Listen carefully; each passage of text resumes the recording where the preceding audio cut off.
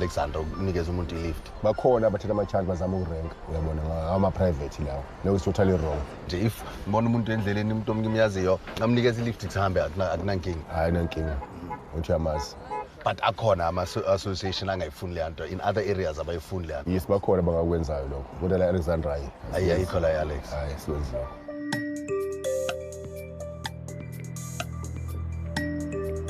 This woman, who asked us to hide her identity, learned the hard way a few months ago. They took out guns and I was like, 𝗀𝗁𝗶𝗶𝗶𝘀𝗆 yabo.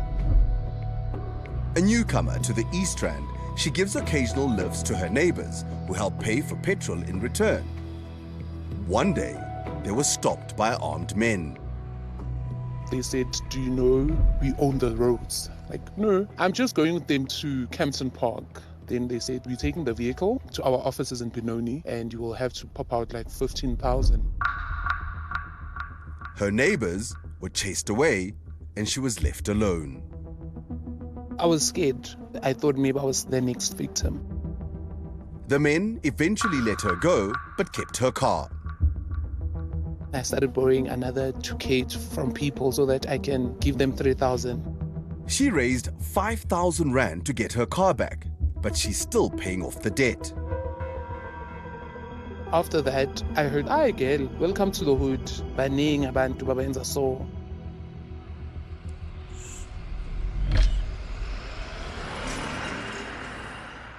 The South African National Taxi Council, SANTACO, is the closest thing to a regulatory body for the industry. 𝗬𝗶𝗶𝗴𝗶 is the spokesperson.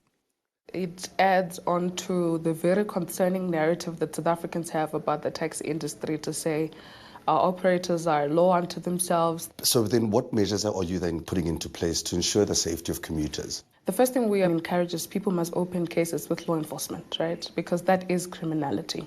But secondly, we've got disciplinary processes that are undertaken internally. We also encouraged, South Africans to reach out to a local taxi association and register these concerns. So who's in control of your car? Is it you or is it the taxi associations? They're not only regulating their own industry, they're now dictating to motorists like you who should be in your car. Taxi drivers can be suspended or even permanently removed. But according to our sources, investigations aren't followed through. Has anybody even apologized to you from the association to say, sorry, this happened, or? No one. I did get a call from the SANTACO office about 3-4 days later. Nothing ever happened. The association's disinterest in this case is perhaps unsurprising.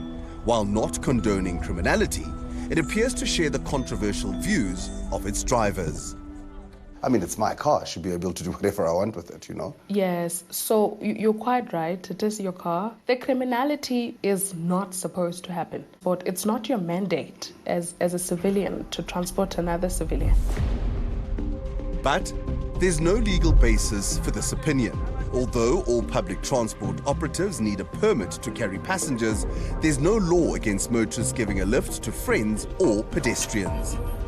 In fact, according to Gauteng Traffic Police spokesperson Sello Maremane, it's the taxi association bullies who are breaking the law. An ordinary member of the public is not allowed to stop a vehicle. And sometimes they even go to an extent of extorting money from the drivers. It's illegal. It's something that we are clamping upon. How have you responded to it as a department then? In the previous financial year, when I checked my stats, almost over 50 taxi operators were arrested in the province for stopping vehicles illegally. He says law enforcement can't fix the problem alone. We also want to make an appeal to ordinary members of the public. They should not give any taxi operators money.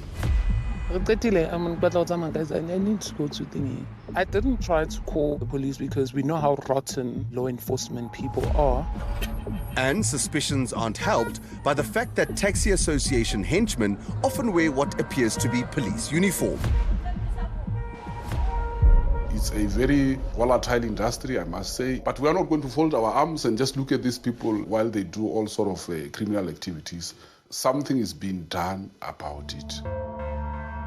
But the victims we spoke to say that's not evident on the ground.